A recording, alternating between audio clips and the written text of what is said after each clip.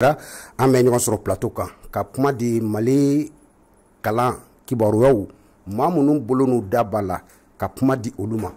gɛlɛya minnu bɛ an ka se ka fura sɔrɔ gɛlɛyaw la u fɛlaw ka dɔn farankaniw ka kɛ o de b'a to laɲiniw bɛ se ka sabati an sigikun filɛ ka aw bɛɛ lajɛlen fo maa maa sɔgɔlen bɛ an na télé ni radio ani bɔlɔlɔ sanfɛla Mali kɔnɔ Mali kɔ kan ka segin ka aw fo ka aw waleɲuman dɔn an ye wele bila minnu ma sanka in kɔnɔ olu sera kɛnɛ kɔnɔ an ni minnu mana jɛ ka baro kɛ n'i ye jateminɛ kɛ baro bɛna kɛ min kan o ye k'a fɔ an ka ekɔliso belebele bɛ yen avril kalo tile 24 san 2025 ko dɔ kɛra ekɔliso in na ekɔliden dɔ min bɛ terminal yɛrɛ la n'a tɔgɔ ye Awa Jara ale y'a yɛrɛ fili ka bɔ étage sanfɛ a fatura kɔnɔ kumakan ka dun an bɛna an da don a la kuma kana kɛ min kan o ye k'a fɔ n'i ye jateminɛ kɛ la fɛn min ye ka i yɛrɛ fa ekɔliso la o bɛ se ka kunbɛn cogo di o bɛ se ka bali cogo di ekɔlisow kan ka jɔ cogo di nin kɛwale sugu a ka dabila an bɛna an da don la fɛɛrɛ minnu bɛ sen kan ekɔlisotigiw kan ka fɛɛrɛ minnu sigi sen kan an ka bɔ o kɔnɔ k'i yɛrɛ fa o kun bɛ na ni jumɛn ye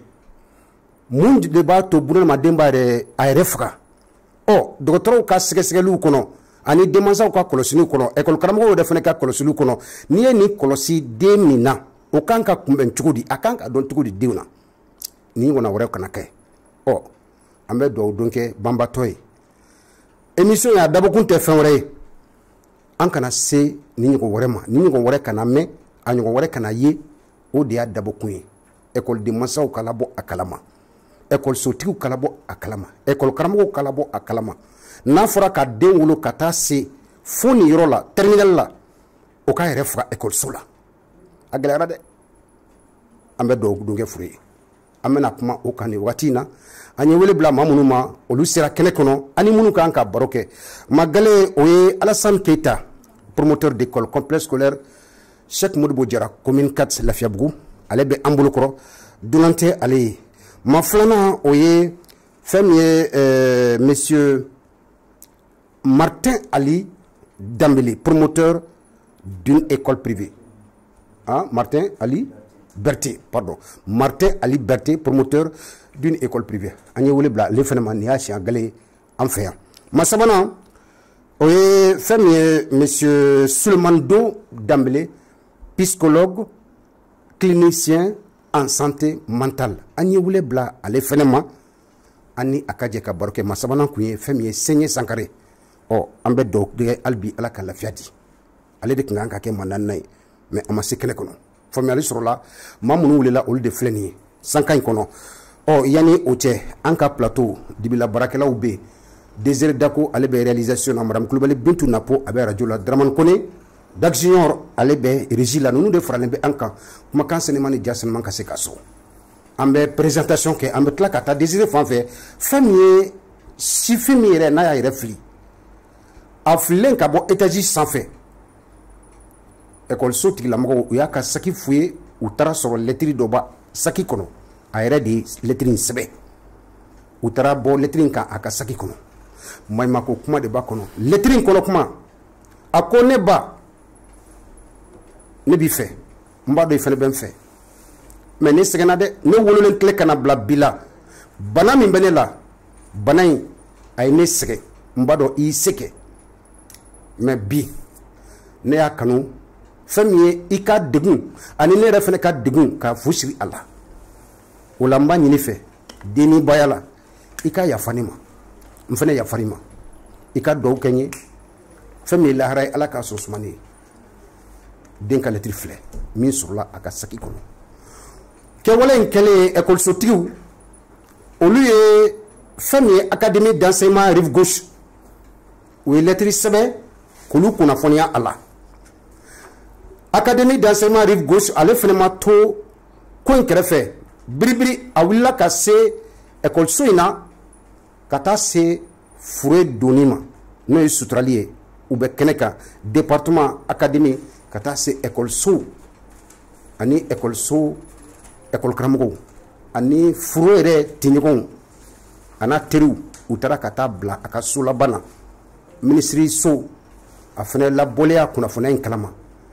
an ye kɔrɔfɔ caman mɛn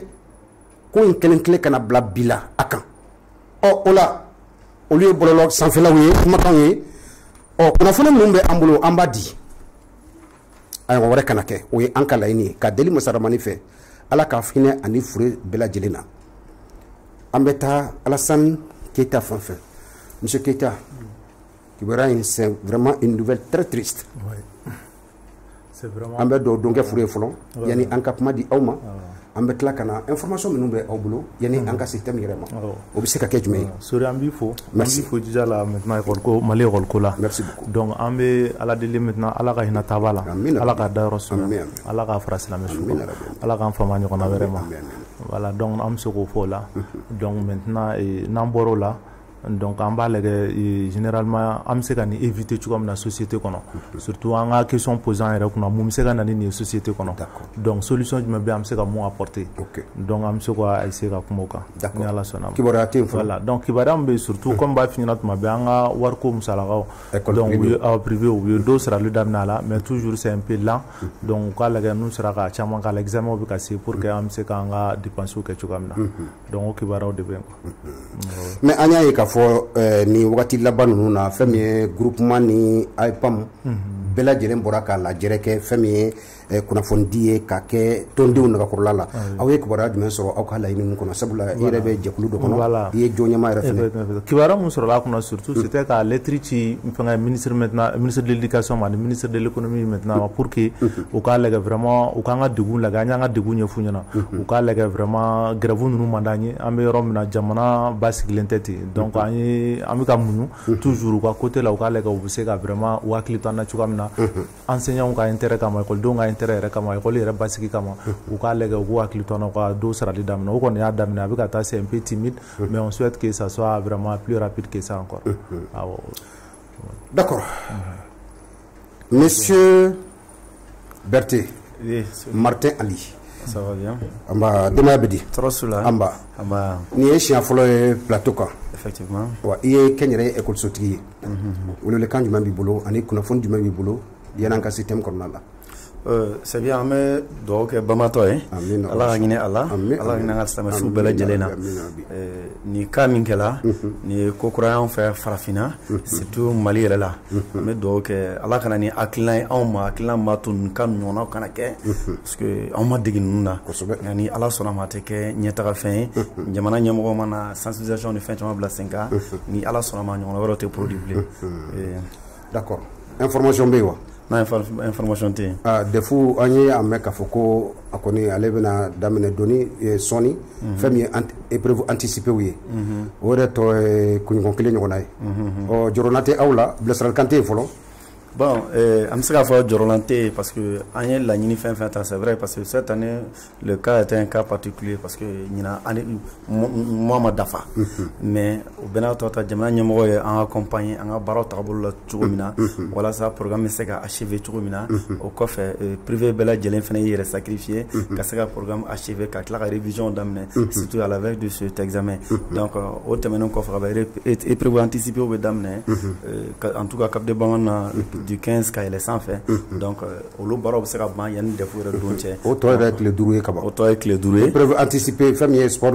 ninnu ye les épreuves sportives quoi voilà EPS les épreuves sportives olu bɛ daminɛ donc o lisi ni a fɛn bɛɛ banna ka ban et tout est fait prêt bɛɛ lajɛlen sabatilen don fɛn bɛɛ lajɛlen sabatila ka ban et tout est fait prêt il suffit k'a ka daminɛ sans fois il y a pas de problème d'accord Sulemani Do Danbele Aketo kunkolo ko ka ca an bɛ hakɛto ɲini kɛ e fɛ nin ye siɲɛ fɔlɔ ye an ka plateau kan aw ye fɛn min ye psychologue ye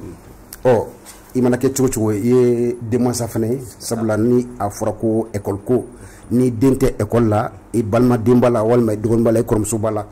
walima i mɔden b'a la donc bɛɛ lajɛlen ye parents d'élèves ye mais an ye wele plateau in ka psychologue ka laɲini kɔnɔna la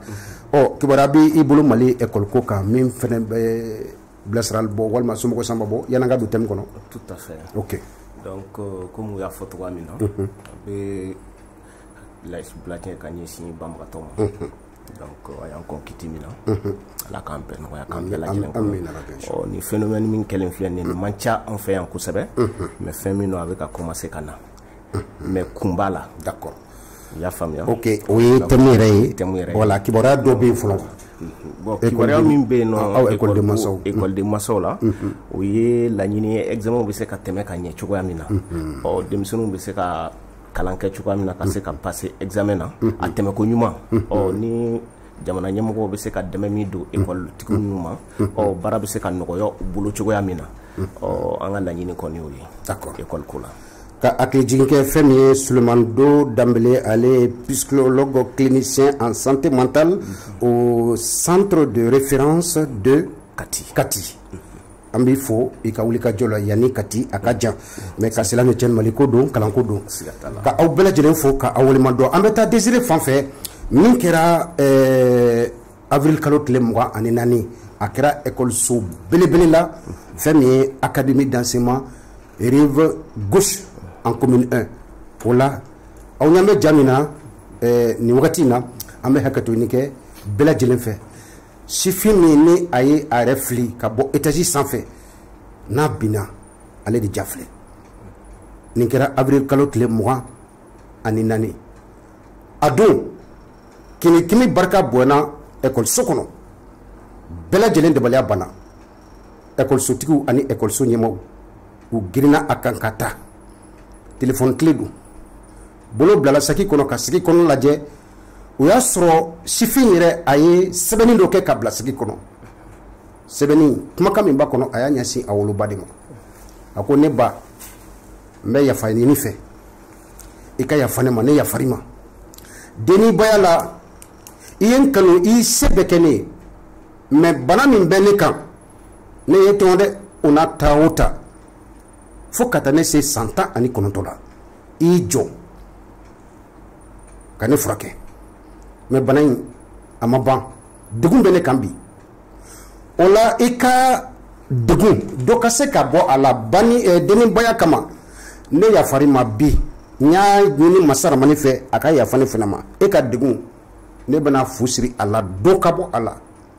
ne bɛ kɛnɛ in n'o ye yan ye n'o ye diɲɛ in ye ne bɛna diɲɛ to denibaya ne yafari ma i fana ka yafa ma i ka di ne ye ne ba n b'a ɲini aw bɛɛ lajɛlen fɛ aw ka yafa ne ma bi ne kɔni ta banna nin lettre in de bɔra an ka banbatɔ ka saki kɔnɔ école-so ɲɛmaaw ye kibaruya ta ka se académie ma o ye lettre min sɛbɛn ka ci académie ma an ye bɔ o lettre de la nin ye académie yɛrɛ fɛnɛ ma to a da fɛ a ye lettre ci kɛrɛnkɛrɛnya la ministre la ka ministre labɔ a kalama o dugusɛjɛ suturaliw kɛra a kɛnɛ kan ministre ka cidenw tun bɛ yen école-so ka ɲɛmaaw tun bɛ yen école karamɔgɔw tun bɛ yen a jɛɲɔgɔnw tun bɛ yen a ka suturalikɛyɔrɔ la nin kɛra école-so de la an bɛ min fɔ o ye ka dɔw don kɛ ka ɲɛsin furu ye a kɛra perte belebele ye jamana ma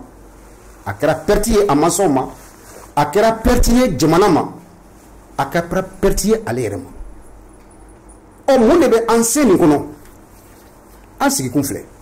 fura jumɛn bɛ se ka sɔrɔ a la nin ɲɔgɔnna wɛrɛ an kana nin ye an ɲɛ la an kana mɛn an tulo la émission in dabɔra o de kama a somɔgɔw ka faamuya ka fɔ kuma caman fɔra bɔlɔlɔ sanfɛ an tɛna an da don olu kɔnɔ olu ye bɔlɔlɔ kumaw ye mais min sɛbɛnlen don ni an bɛna an da don la ka bilasiraliw kɛ denmansaw école denmansaw école-sotigiw dɔgɔtɔrɔw olu jɔyɔrɔ bɛ se ka kɛ jumɛn nin kɛwale kunbɛnni na an kana yɛrɛ sɔrɔ nin kɔnɔ an sigikun filɛ o de la an y'a ɲini bi thème ka kɛ suicide le suicide en milieu scolaire comment prévenir nanzarakan don maa ka i yɛrɛ fa école-so la ka sababu kɛ degun dɔ ye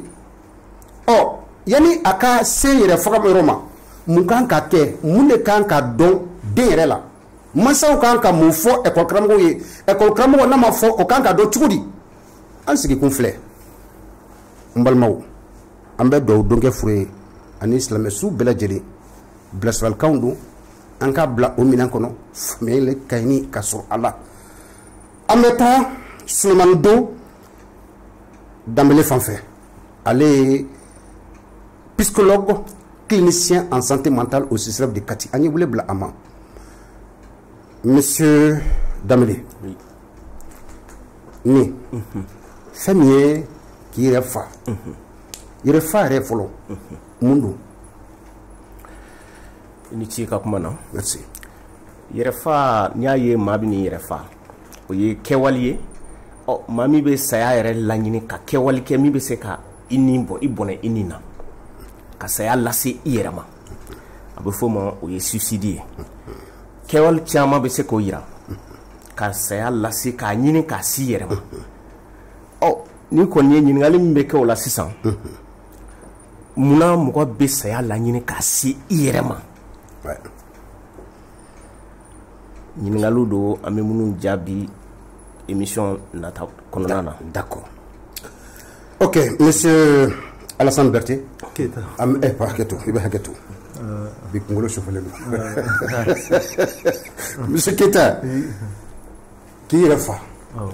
mun don i b'a ye cogo di Ouais, bon, comme déjà il y a le psychologue Ali Dado à la fin déjà, donc on souhaiterait que Ali ka explication mun dit c'est largement suffisant. D'accord. Donc à ça ni nga si yérema. Donc Ali Dado à tola. Donc on fait mu école administrateur yi. Donc on fait ga yita e mu yala. Donc Ali ka intervention ko fait on se ka kuma parce que on se ka kuma anda do fena ka so na Ali ma on blasira. D'accord. Donc Ali de on blasira. OK. Ko fait na Ali explication bon on fait an ga mondial on fait ba di on fait mu remarqué là on peut moins remarquer en relation avec là en ce moment nous on serait mieux placé pour parler mais tant que n'alema wala wala on demande droit d'accord il y a ni wala wala li tché bi gal do be mboki la n'était peut-être que psychologique à côté là voilà ah oui école soutier ouais c'est rien fene monde fort école so jotu là voilà au cadeau. Voilà, effectivement. Donc maintenant, ça rien mon frère là, c'est très simple. Donc maintenant, ni bien faire ni bien école d'aile. Donc pièces ou de bébé ni nous coulons franc. Donc parmi ces pièces, il y a le plan maintenant, il y a le plan détaillé des locaux. Plan détaillé des locaux. Donc il faut que câble. Donc il faut que architecte de boké. Donc il y a agréé maintenant un architecte agréé avec le plan des locaux. Donc dimension normalement les dimensions normales. Donc nous faisons classe donc UNICEF généralement maintenant la longueur maintenant varie maintenant entre 9 et 7 donc et la largeur maintenant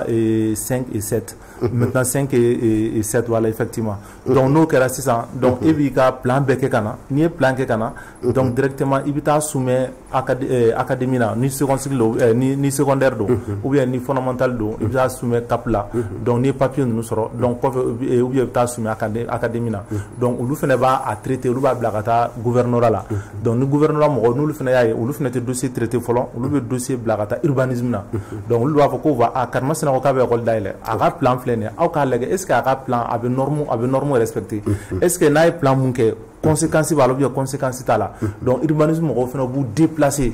kata yorola kata city là est-ce que city mbey ni école so ken donc à te mo déranger est-ce que city mbey ni école so ken yala école so kéron mando et en même temps plan fora fene est-ce que à plan à respectera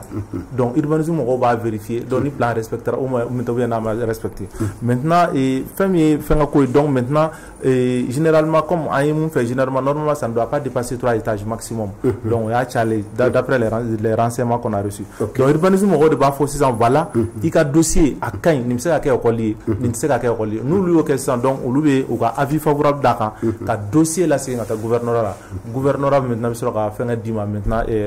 création d'ima autorisation de création d'ima donc nous sur quoi faire il veut dossier constitue ka ouverture fenêtre donc voilà norme nous be ke tu comme maintenant na be ke urbanisme mo manata ulu bitan nega ulaga abuka nega munundo abuka sima munundo est-ce que fenyena maudo donc ulu ka questionnaire ou chamambe technique ou chamambe donc comme c'est des spécialistes on va bédon ensuite nous le avis favorable du gouvernement sera continuer voilà d'accord Martin Ali yana kata psychologue fait ah oui kenire école soti la moye Alassane Crawford do fo 600 école so jotola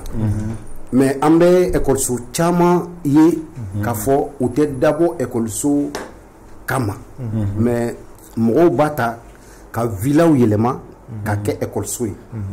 étage kelen étage fila pourtant villa de yɛlɛmalen don est-ce que o fana tɛ kɔlɔlɔ dɔ ye kɔlɔlɔ min b'a to ni denmisɛnninw bɛ se ka dankari kɛ u yɛrɛ la i n'a fɔ an ye min ye ni aw kɛlen don ka mesure jumɛnw ta parce que an bɛ école modèle caman de ye. Oui, effectivement.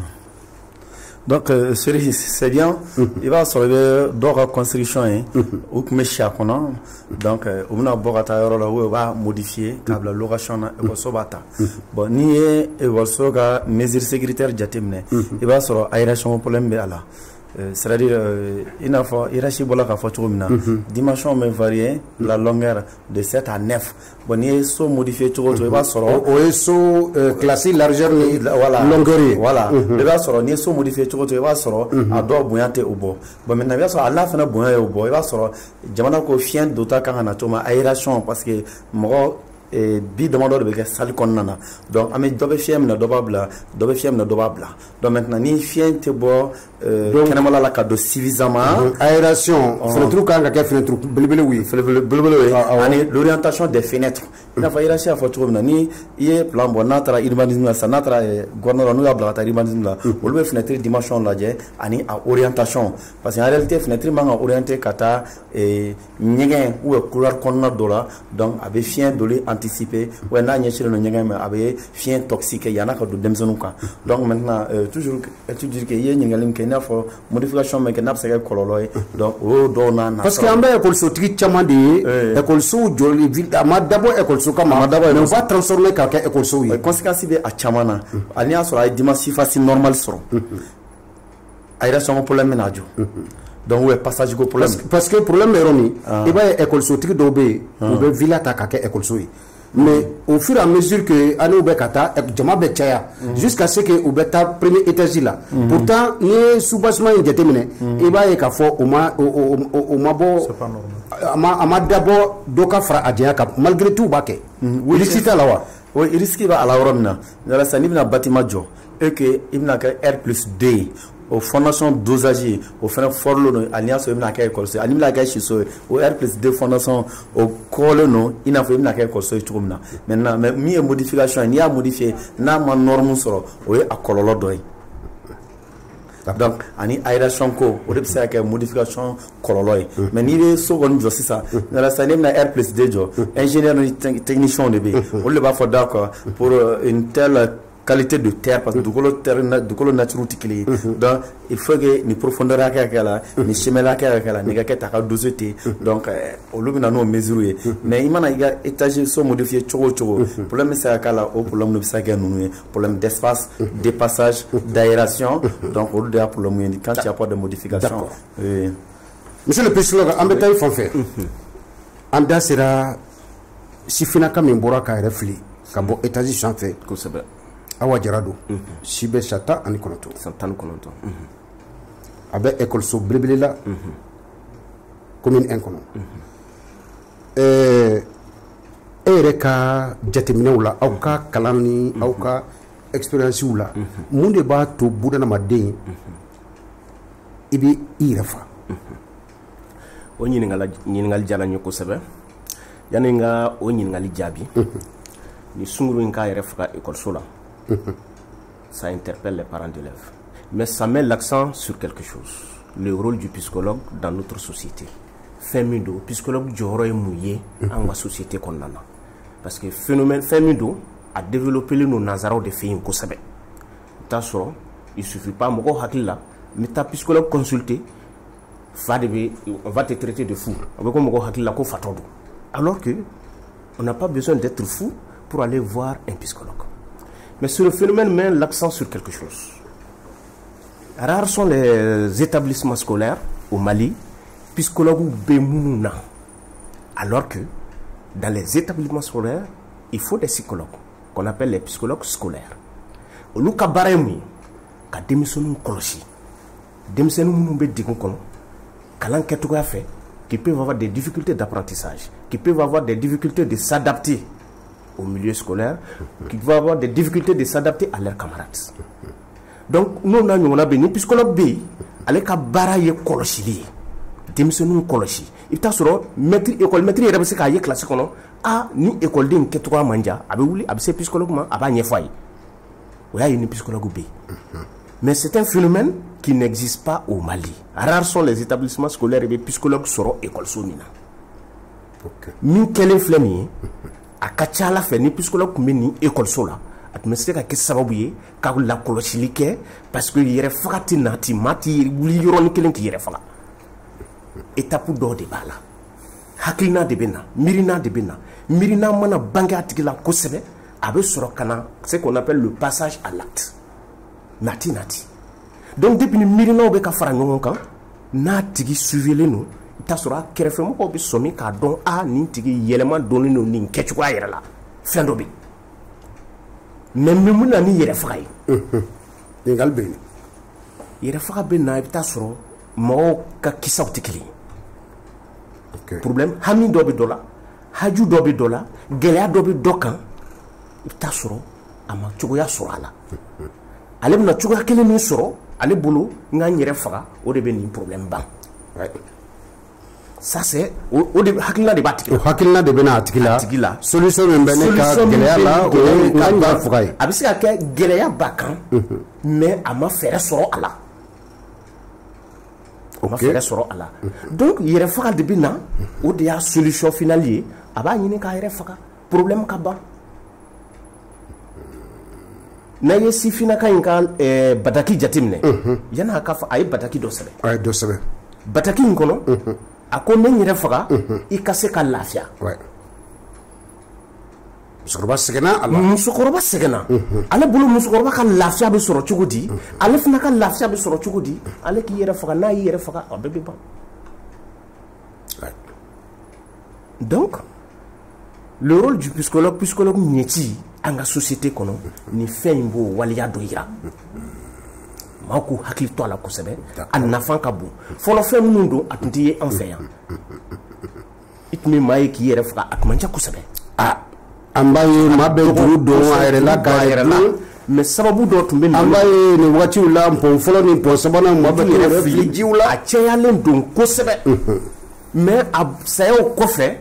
kunnafoniw bɛ cari bɔlɔsiraw kan nin de tun bɛ yen nin de tun b'a kan a bɛɛ ye dusukasi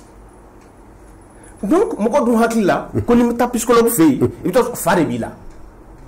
mais misaliyala ni maa min ni nin degun bɛ i kan ni i ma se k'a ɲɛfɔ mɔgɔ n'i taara psychologue fɛ yen ale bɛ se k'i bilasira cogo di pour que ka degun ta ka b'i kan par exemple ni solution tɛ ale bolo fɔ ko n'a fɔra ko bilasiralikanw bilasiralikan bɛ se ka solution bilasiralikan a bɛ se ka kɛ solution ye wa nafaba de b'a la kosɛbɛ d'accord a nafa ye mun ye nin bɛ accent bila fɛn dɔ kan an ka société kɔnɔ parce que mansa caman bɛ yen u n'u denw gɛrɛlen tɛ ɲɔgɔn na kosɛbɛ surtout an fɛ an ka société kɔnɔ maa min ni den gɛrɛlen bɛ ɲɔgɔn na kosɛbɛ kosɛbɛ n'i ye yɛlɛma ye a kɛcogoya la i bɛ jateminɛ kɛ i b'a ɲini k'a dɔn npogotigi mana san 15 san 14 sɔrɔ an bɛ écart ta n'a ye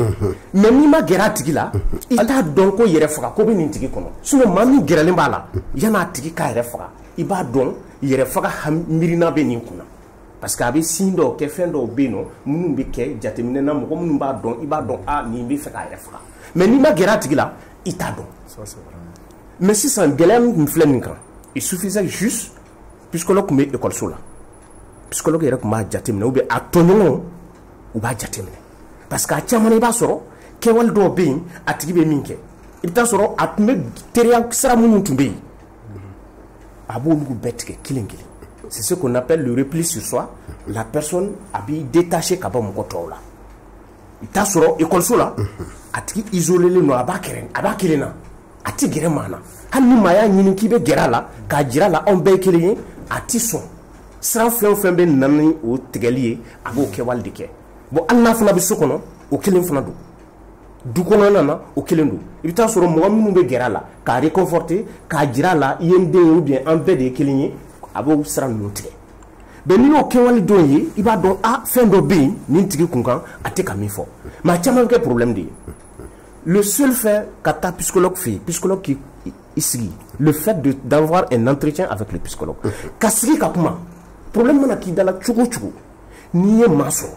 min b'i sigi k'i lamɛn a t'i juger i jo b'a la i jo t'a la o tɛ juste k'i lamɛn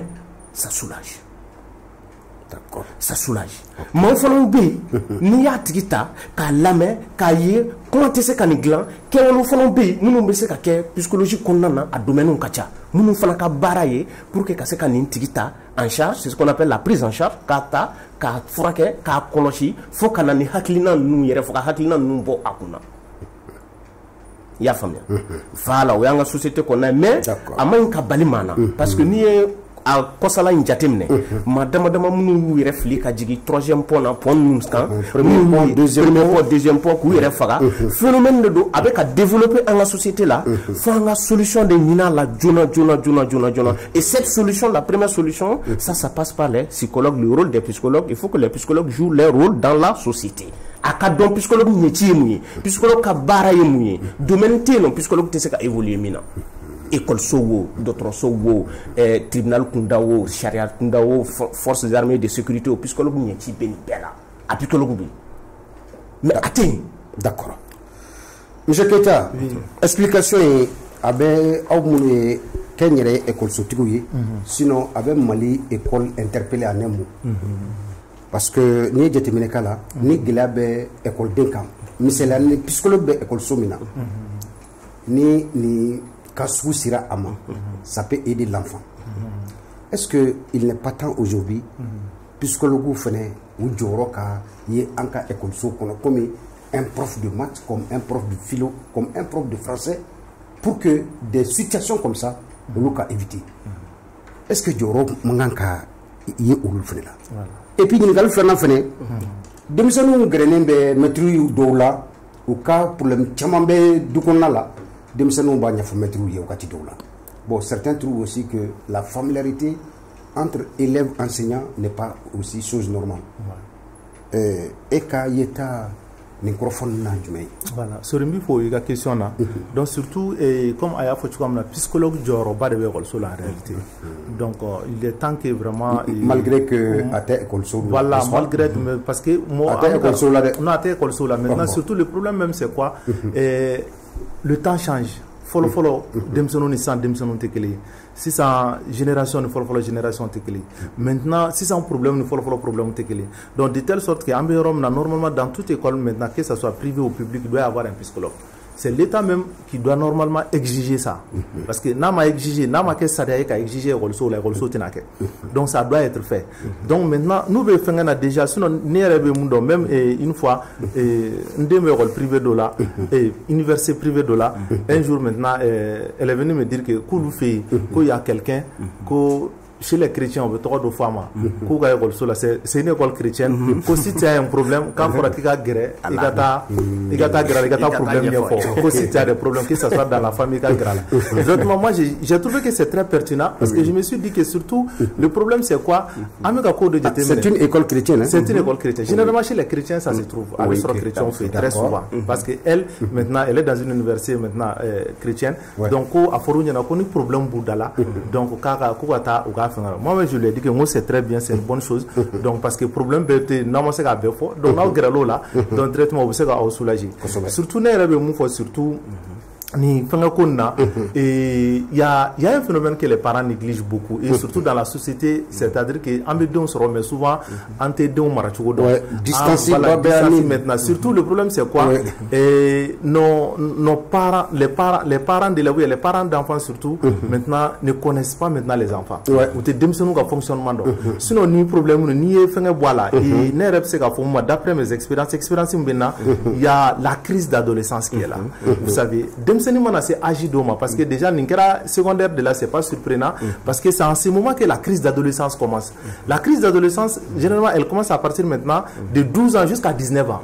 Donc aux crises d'adolescence comment ça se manifeste souvent? Il y a une opposition à l'autorité parentale et il y a une opposition aussi maintenant à l'autorité scolaire. Il veut dendre ni soumo yo mu fate soama. directement, c'est en ce moment que l'enfant veut affirmer sa personnalité, l'enfant veut forger sa personnalité. Bon, et quand yeta na le ka yeta tekele, autrement avec bon demseni ya la ka do mo korba la doni. Crise dobe demsen dobe lu ba gérer kanya. Mais demsen dobe lu tse ka gérer kanya. Vous voyez donc ni mi siki ka kuma nae ako siki ako kuma souvent autenyoy. Donc surtout généralement il va sur musulman kunda, il va sur souvent la relation est très tendue surtout avec sa mère parce que voilà très souvent la mère il va sur ni maman ni vigilance avec il va sur maman ba fanya itenike aba fo kabenike bon malheureusement ni maman mi sigi ka kuma ni den ko sebe il va sur ande ala ma franga kenema mo de be relata d'intermuso de be relata effectivement parce que voilà s'il y a ce manque de communication donc maintenant c'est la rue qui va prendre le relais bon si la rue prend le relais ni mi cho rodre bi den échapper maintenant idem progoto katila par exemple le cas maintenant de Jara ala kahinala bon maintenant ni a ce que c'est ça je ne sais pas dans la famille ça m'étonnerait beaucoup que ana baka na sura na babi nyokonka ou bien na sura na fabi nyokonka parce que ni o la généralement ni nani babi nyokonka règlement voilà nani babi nyokonka généralement abse ka gere bala ka nyefo banyina no sura ba fina ma farin ko jugu ou bien ni ba ma ke chuna so dola parce que nous dans notre société bo mu fanyana musumani termuso fola ya bay problème que ri dala chugo geri bala ka nyefanyana donc abi avignera madio ate avignera madio mo shitse ka kife ka timi baka donc maintenant la maman joue le rôle de psychologue en fait vous voyez donc dans la société là la maman joue le rôle de psychologue maintenant auprès de la fille et généralement auprès du garçon le père aussi joue le rôle de psychologue mais si dans la société comme tu vois me dit nga teli tantambola me bo so ma de fo chauffeur on n'a pas le temps de s'asseoir pour causer avec les enfants donc directement amana ni makuma ni de kenema mo de kuma yo ni kenema mo ka kuma for la akan katime eta kan dron abe baitama va ko ere neten dendo il va sur ere kan e mo nyina mai mais ala be din shadow di mai ere bi na ko ala indin na ma chukam non tu as rompu la communication tan union entière donc crise de puberté watin si vous parvenez vraiment à gérer cette crise de puberté akacha ala fait demsen chamabe avait progoto nikala sinon par exemple avec Jara si elle communiquait beaucoup maintenant avec sa maman en contesté ni ma conserver il se peut que peut-être le roka janyona maintenant ni ne lettre ta ka lege mon flavio venait interpeller elle parle de sa mère, elle parle maintenant du bonheur et elle parle de la souffrance. Donc maintenant, quand elle parle de sa mère, elle est reconnaissante maintenant pour ce que sa maman fait maintenant pour elle. Donc maman ni a essayé qu'à rôle jouer, même si selon moi peut-être insuffisant de nous là. Donc maintenant, mais dans la lettre là, ce qui me tique beaucoup, elle ne parle jamais de son père. Mais où est son père? C'est la question que moi je me pose. Vous voyez? Est-ce qu'elle vit avec son père? Le père est-il absent? Mais quel rôle le père a joué maintenant dans sa vie? Moi, c'est la question que moi je me pose. Lorsqu'elle parle maintenant de sa mère, donc directement, elle est reconnaissante maintenant pour l'effort que sa maman est en train de faire maintenant pour elle. Et maintenant, elle parle du bonheur parce que déjà, pendant la crise d'adolescence, l'enfant est à la recherche du bonheur. Tout à fait. Vous voyez? Même elle trouve qu'elle ne trouve pas le bonheur. Et elle ne trouve personne à qui parler. Le père n'est pas là. Bon, je ne sais pas si le père est là ou bien ce n'est pas là. Donc, à qui le père maintenant qui peut la soulager? La maman aussi, maintenant, au quand a soulagé qu'à blaffer quand. Donc maintenant elle souffre, elle dit qu'elle souffre, donc il y a la souffrance qui est là, donc elle souffre d'une maladie. Donc banani normalement quand a cli sigide banani parce que crise d'adolescence ni bella banani dobe demsonu mais avec le temps ça passe. Souvent demse gani là tu avec ka konoba dimi ou bien règle douloureuse bala ou bien ni fond bala mais en ce moment douleur de baka elle a besoin que quelqu'un la rassure, elle a besoin que quelqu'un lui parle pour dire que non ni banani beteme ni momentané de maintenant ni crise d'adolescence la fin dobe ou le beteme mais ni pendant cette crise d'adolescence si c'est mal géré par les parents, souvent au début d'un demsen il y a double. Le parent est désemparé. Bon, en ce moment, si tu es dépassé, c'est en ce moment que tu appelles un psychologue. Ah, vraiment, généralement, c'est entre 12 et 19 ans. Souvent, vraiment, donc, ni psychologue ou la psychologue ou bien souvent, mon souffle n'a pas rôle joigné, mon corps n'a pas rôle joigné. Surtout, ne me mouille musulman, donc, au terme de follow à coup bail. Et tu as fait au terme de follow et maintenant, au terme de follow à coup faille. Donc, généralement, si un père communique beaucoup avec son enfant, on peut éviter ce genre de comportement. Si la maman aussi communique beaucoup maintenant avec sa fille, on peut éviter ce genre de comportement. Maintenant, il réplique à distance dans les démissions de l'Union européenne. Malheureusement, ni quand nous ne sommes pas. Sinon, l'école qu'on a tindron, symbole dron, parce que déjà, les souffrances va quand son nom. Donc, à boire l'école là dron, l'école est à Torota. Sinon, en réalité, l'école n'a rien à voir avec ça. Sinon, le problème de harcèlement, ATE, Frafina, c'est très rare en Afrique, c'est surtout au Mali. Le problème de suicide, en bas sur le diamant, tu as vu des filles. À Kachan, tu as vu la cause des filles. Généralement dans les pays européens. Voilà. Généralement, suicide, les suicide, la fin, la déca. Dem sont tani mo korba bon korba on est un dadola. Bon comme moi je suis dans le milieu scolaire, même c'est quand dem sont donc généralement maintenant ni dron fenga dron à Kachan et famille mon communication batte dem sonu ni surtout la crise de puberté là on a essayé à gérer en dem sonu ni on a sigi on a kuma nous sinon nan kuma nous généralement avec ban sinon à l'école aussi un directeur qui est vigilant un enseignant qui est vigilant on peut détecter ces choses là sinon moi personnellement j'interviens pour ces choses là souvent les parents m'appellent Michel Hassan comment il y a école dem fait et souvent on a ni gela banka surtout les mamans ni gela banka on a sera école là sinimba wili souvent nan normalement si ambe kuma nan kuma ni contrat di karamu résumé karamu ne be bawle ka fanya bon ako ki e be kan de ke kon de mandai que e fina ka leke ki ga juru tandi doni aka nyoko nga fenga tandi doni donc moi j'ai eu à gérer maintenant 2 cas de ce genre là et ça s'est très bien passé donc aujourd'hui la relation est très bonne avec les gens do rebe do no d'aller droit ka maman fendro ka fendo ta ka bolo tike ka singa maman tra benai julu ka boîte là vous voyez. Donc directement, moi quand je me promenais maintenant dans la cour, je l'ai vu, je l'ai appelé, quand j'ai discuté avec elle, les mamans où on bella, en s'y rend comme on a eu moufo, nous on a aussi à recommander fingana. Bon, je n'avais pas sur le démon à yétan baka yétan tekele, mais du coup yate, maman faire que tu as na dem fina vete droit, mais période d'une drone avec mais il va sur la dem sen do bonne difficulté ni là, il faut que moi n'y mai. Mais malheureusement souvent on m'entend du souffle, on m'entend en Kodonbalia fait souvent en bien affronter. C'est lors de cet affrontement que Alakan Kishido suicide ni fait on sait voilà. Sinon harcèlement généralement dans les pays européens c'est dû surtout au harcèlement entre camarades. Sur les réseaux sociaux là, dem son do be ñoo harceler les réseaux sociaux ka. Ou bu nini, ou be mana kan fuma. Donc ni dem ma sokono mo sera ba fo mo mi na Alakan Kishido do maintenant c'est ou bien même enseignant ka mo keri c'est kana nai. D'accord, ni ala sona metla kana ko. C'est important ni gal do voilà. Monsieur Berté ni jateminɛ ka kan ka hakili jigin kɛ ka yira maaw la k'a fɔ an bɛ ka kuma fɛn min ye sifinnaka min ni a tɔgɔ Awa Jara ale bɛ écoleso belebele dɔ la Dumazana écoleso in c'est le complexe scolaire universitaire Banyele Jara a Dumazana ko in kɛra ye avril kalo tile 24 Awa Jara ale y'a yɛrɛ fili étage sanfɛ ka a yɛrɛ fa an bɛ ka kuma o de kan ni ɲɔgɔnnaw an t'a fɛ ka mɛn walima k'a ye bilen an ka écolesow la o bɛ se ka kɛ cogo min na fɛɛrɛ jumɛn bɛ se ka sɔrɔ la an bɛ ka kuma o de kan an bɛ taa monsieur Martin Ali Berté an bɛ taa i fan fɛ an y'a ye écolesow la surtout a bɛ daminɛ les classes de 8e 9e ka taa se lycée ninnu ni université la maître ni denmisɛnnin ka gɛrɛ ɲɔgɔn na ma caman bi méfier à la mais école fɛnɛ sariya ye mun jumɛn fɔ o ko la de parce que an b'a ye maîtres ni denmisɛnninw bɛ gɛrɛ ɲɔgɔn na a bɛ laban ko wɛrɛ ma an b'o o kibaruya caman bɛ an bolo mais écoleso fɛnɛ mun de fɔ o gɛrɛ ɲɔgɔn na ninnu kɔnɔna la c'est bien Sori i b'a dɔn ni mɔgɔ ye a den d'i ma k'i k'a kalan a bɛ n'a fɔ a y'a ka siniɲɛsigi de kalifa i la n dɛmɛ n ka siniɲɛsigi ka se ka dilan donc o den i b'o don i sogo ni golo cɛ walasa u bɛ se ka kalan kɛ foyi kana a sɔrɔ cogo min na donc anw fɛ fɛnɛ an ka kalan ye taa cogo min na denmisɛnnin kalanlen kɔfɛ fɔlɔfɔlɔ an ka mɔgɔ école maître tun bɛ mara k'o cogoya la ale carré kɔnɔna fɛn b'u kan carré kɔnɔ fɛn b'u kan so kɔnɔ tubabu kalan dɔnnen kɔfɛ école maître b'o bɛɛ lajɛlen kɛ donc maintenant ni den bilala i ka établissement na k'i ka encadrer ni don min na par exemple surveillant parce que école administration composé no poste caman de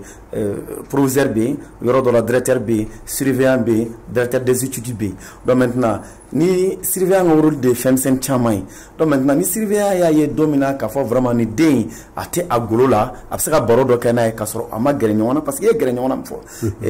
cɛ ni muso ka gɛrɛ ɲɔgɔn na fɛn caman bɛ se ka bɔ a kɔnɔ i n'a fɔ caman kɛla o tɛ a yira k'a fɔ ko a fɛnɛ kana kɛ parce que a bɛ bila i di a place de la ni don e y'a dɔn k'a fɔ vraiment a ka moral tɛ ten i n'a bɛ baro kɛ a mana kɛ cogo o cogo a bɛ fɛn dɔ f'i ye donc n'i y'a nɛgɛnɛgɛ n'a ma sɔn donc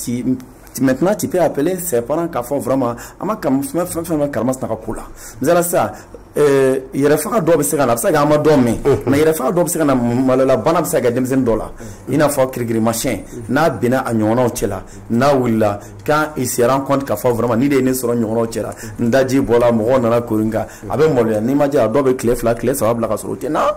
o y'a bana malola bana dɔ ye donc filanan dɔ fana bɛ se ka kɛ jinɛla bana ye donc dɔw bɛ se ka maloya ni o banaw ye maintenant n'i y'a sɔrɔ a tilalen bana in na ou a wulilen ni surveillant kumana n'a ye k'a sigi ka kuma ni a ye i n'a fɔ n ka psychologue fana fɔ cogo min na ni psychologue tɛ yen ni surveillant a ka rôle jouer ka kuma ni a ye k'a yira k'a fɔ ça va passer a bɛ tan bana donc maintenant i b'a sɔrɔ o n'a ɲɔgɔnnaw tɛ reproduit ka caya mais ni denmisɛnninw tonna ɲɔgɔn kan o dilen ma k'i k'u ka siniɲɛsigi de u dɛmɛ k'u ka siniɲɛsigi dilan i ye o to o cogoya la i tɛ kɔlɔsili foyi kɛ parce que n bɛ texte min k'u kun n bɛ kalan min k'u kun k'a dan o ma i ka baara ma dafa.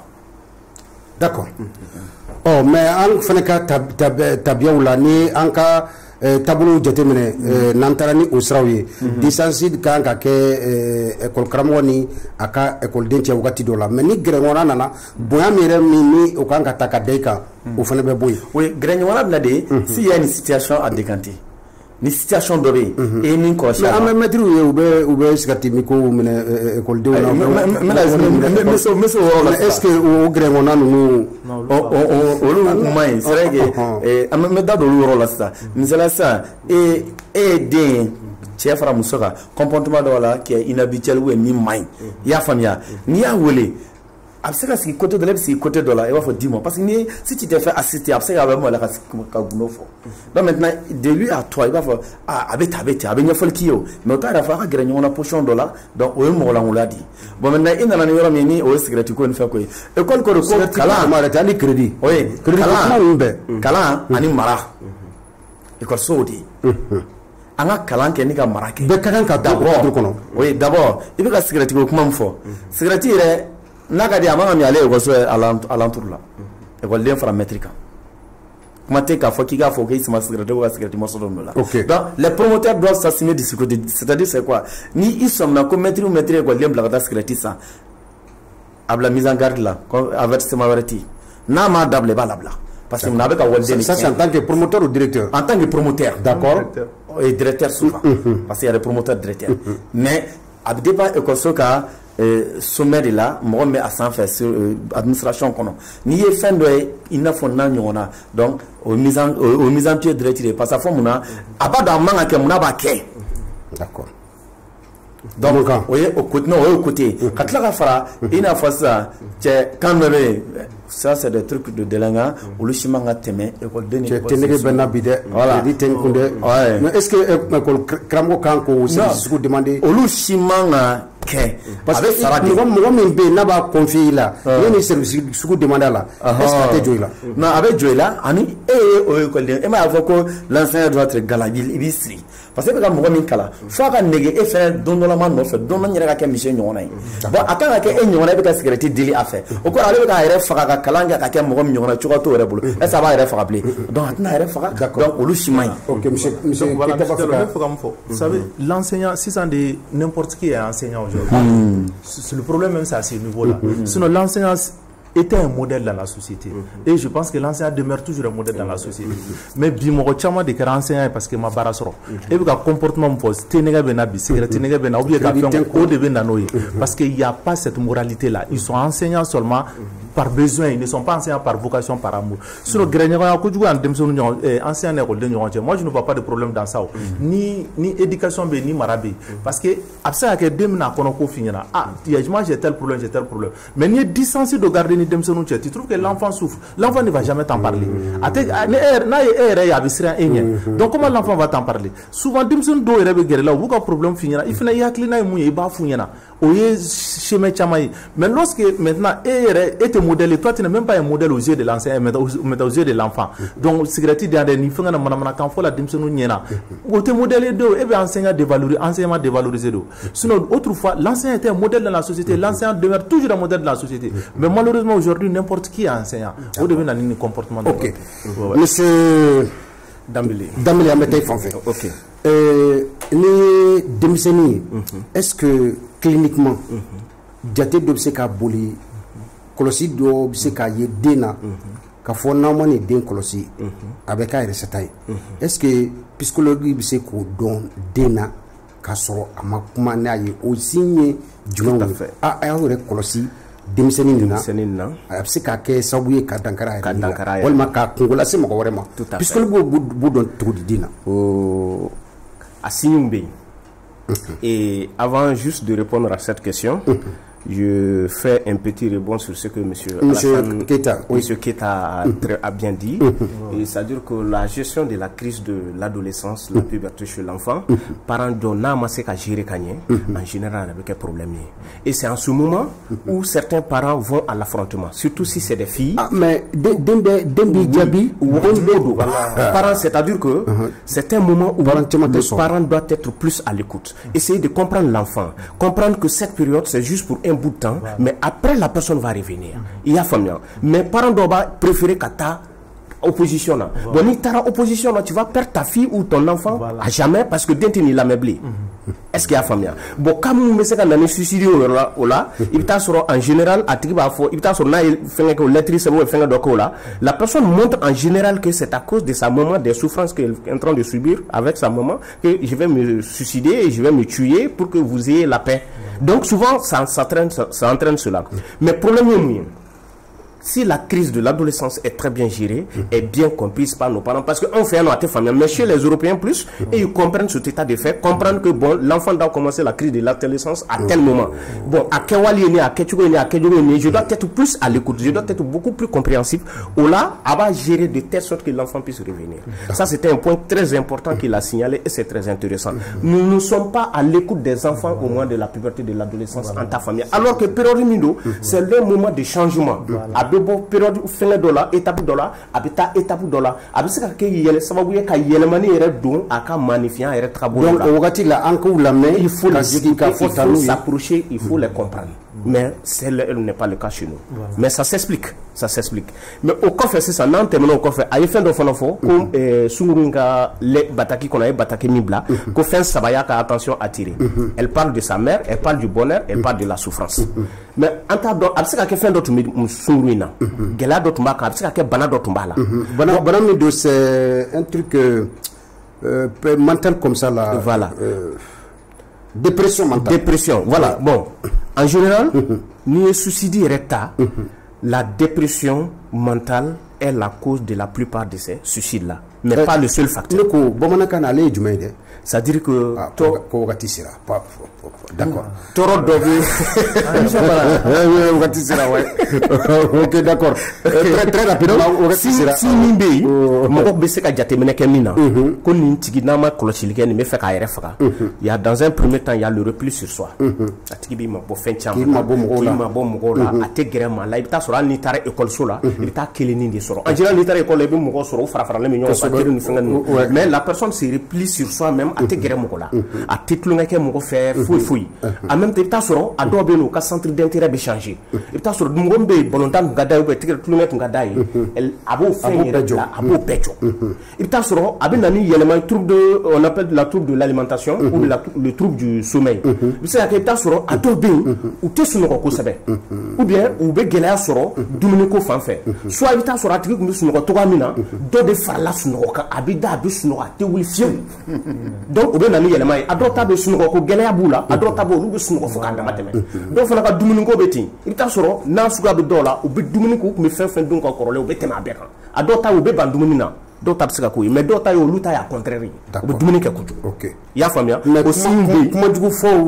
bon ado fana bi do buta exprimer ni fin du mai ado rebe lectrice ba do bi to ka fo ibi to ka me adoda me nyere faga na fanti djin na blé est-ce que kun yere bene ka djela tigere la blé est-ce que même na se ka réussi.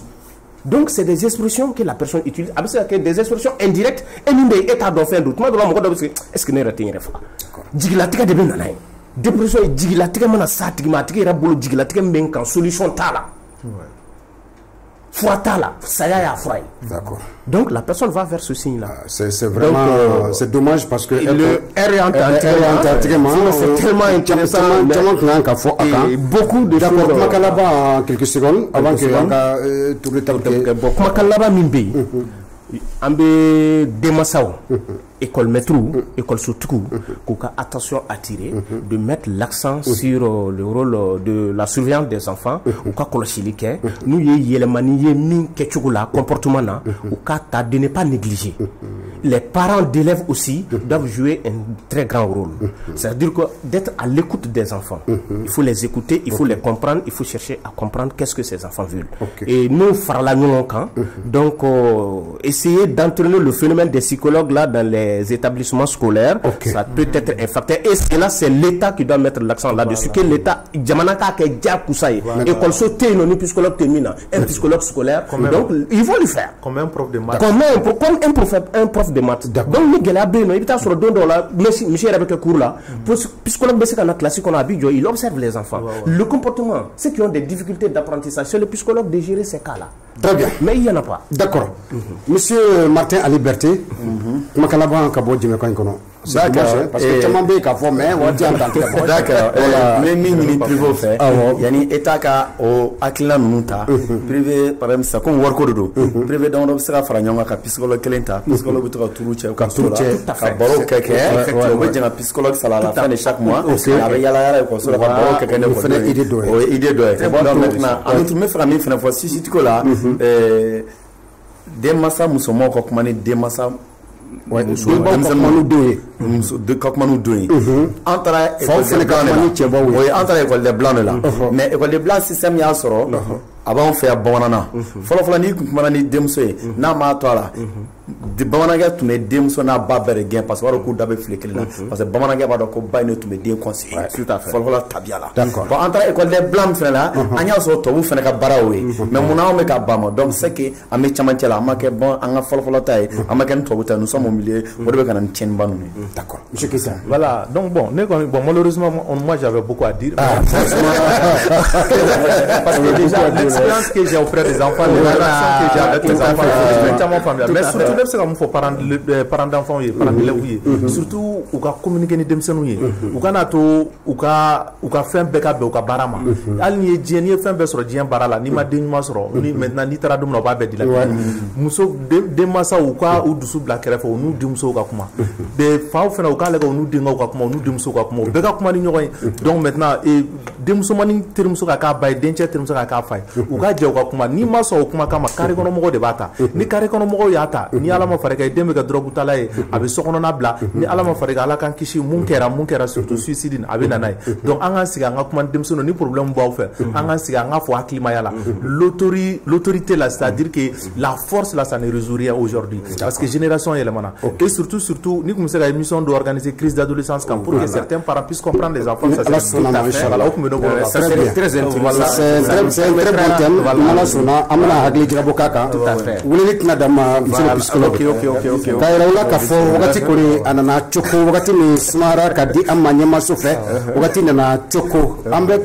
katma femi kani wakati na oye kafo sifina kami na to awajara santa ani konto abe groupe scolaire universitaire Banyele jara a Dumazana ale bora ka dansigi areka jenatrela avril kalokle mwana samba flani mwana du o la an be ka kuma ale de kan ni ngona wore kana ke anga école soula o mun fene be demsenu blanna nyafoli tun bɛ ka kɛ précaution minnu ka an ka ta kuma kun ye o de ye maa welelen kun ye fɛn min ye Martin Ali Berté promoteur du complexe scolaire Ali Berté ale tun bɛ an bolokɔrɔ o don nin y'a siɲɛ fɔlɔ ye ka taa se Alassane Diarra Keita safurula ye Alassane Keita excusez-moi monsieur Keita Alassane Keita promoteur du complexe scolaire Cheikh Modibo Diarra an b'a fɔ ka waleman dɔ sabula banco crise ni tun bɛ Ɲamakɔrɔ école soba la Alassane Diarra à travers le complexe Alassane Keita à travers le complexe Cheikh Modibo Diarra u bɔra ka ban 30 ka ta ka di Demba Kanté a n'a ka jɛkulu olu fana bɔra ka ban 20 ta ka fara o ban 30 kan ka ban table ban 50 ka di lycée privé de Ɲamakɔrɔ ko ka o fara o bolo kan u ka écoledenw ka se ka kalan kɛ an b'u fo ko waleman dɔ ko ala kana taayɔrɔ lakolonya ma sabanan kun ye fɛn min ye Sulemani Do Dambele psychologue clinicien en santé mentale depuis le CCRF de Kati ale tun bɛ an bolokɔrɔ ka aw bɛɛ lajɛlen fo ka aw waleman dɔ Désiré Dako bɛ réalisation na madame Kulibali Bintu Napo ale bɛ radio la Dramane Kone ale bɛ régie la yan fo Kati préfet Aruna Jara ka taa se Umar Sisoko ma émission tɛ fɔ o kɔ an b'u bɛɛ lajɛlen fo Samba Sangare bɛ domaine na ka taa se madame Pujugu Clarisse Dunia ma fɛn min ye Ojes Kone la Brière émission tɛ fɔ a kɔ an bɛ ɲina Demba Kante a n'a ka denbaya ka taa se Patrice Dambele ma an b'a kun cɛ fɛn min ye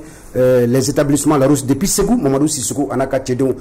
Baba Nadio complexe scolaire Nadio ko bɛɛ lajɛlen fo ko waleman dɔn segin bɛ kɛ jɛmakan in kan ni Alahu Taala sɔnna ma ntɛnɛndon nɛgɛ kanɲɛ 15 ka taa se kanɲɛ 16 ma ka aw fo ka waleman dɔn Ala ka hinɛ fure la Ala ka fana ani silamɛ su bɛɛ lajɛlen na merci beaucoup.